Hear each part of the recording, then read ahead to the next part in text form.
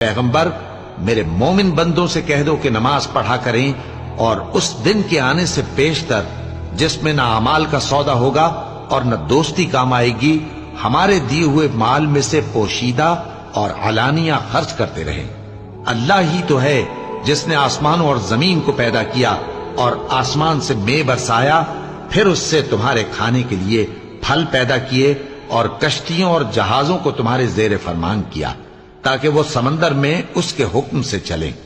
اور نہروں کو بھی تمہارے زیر فرمان کیا، اور سورج اور چاند کو تمہارے لیے کام میں لگا دیا کہ دونوں دن رات ایک ڈگر پر چل رہے ہیں، اور رات اور دن کو بھی تمہاری خاطر کام میں لگا دیا، اور جو کچھ تم نے مانگا سب میں سے تم کو عنایت کیا، اور اگر اللہ کے احسان گننے لگو تو شمار نہ کر سکو، مگر لوگ نعمتوں کا شکر نہیں کرتے۔ کچھ شک نہیں کہ انسان بڑا بے انصاف ہے،